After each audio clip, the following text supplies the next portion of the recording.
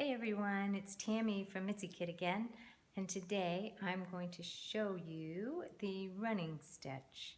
I have a separate video that goes over threading your needle, so hopefully you've seen that already, and we're just going to go right into how to perform a running stitch using the tactile border on the Mitsy Kit.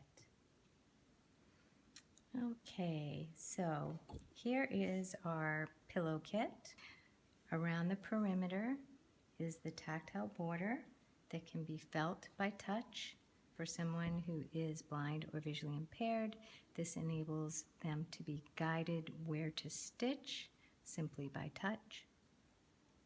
We're going to start in one of the corners right under this tactile border and basically be stitching both the front of the fabric to the back of the fabric. I've got my threaded needle. I'm going to start in the corner, going through both pieces, putting the tip of my needle down through, so there's about 1/4 of an inch coming up through the back, pressing the top of the needle toward the right so that the tip of the needle comes from the back up through the front. And that is our first running stitch. So I can pull on the thread and feel with my thumb to know where the last stitch came up, and that's where I'm going to take my next stitch.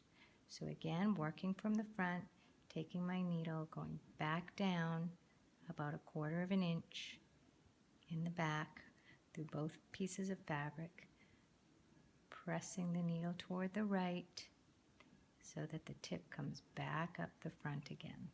That's my second stitch. I keep doing this. So down about 1/4 an inch, press the needle to the right, push the tip through the front, and we keep doing this running stitch. Down to the right, up through the top. Down to the right, up through the top. Okay, I'm going to take off the plastic clip before I get there so that my thread doesn't get tangled in it. Again, down. Press the top of the needle to the right, push the tip through the top. Now I'm going to do a couple of stitches at a time. So people who are familiar with sewing, you'll often see doing this. It speeds up the process.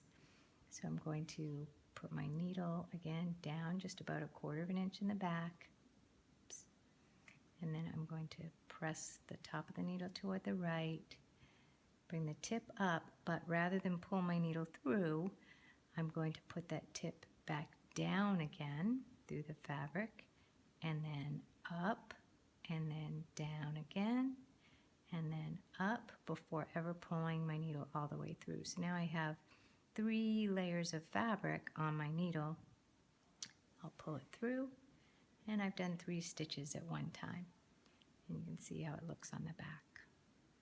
One other thing that you might want to do is a back stitch. And a back stitch is simply the same process, except when I pull the tension on the thread and feel where the thread came up, instead of going directly where that thread came up, I'm going to go behind it a little. So I'm going to go behind where that thread came up, go down 1/4 of an inch to the right and come up. And what that does is it tightens up the stitches. So if you're worried about any gaps, a back stitch every now and then is very helpful. And that's it.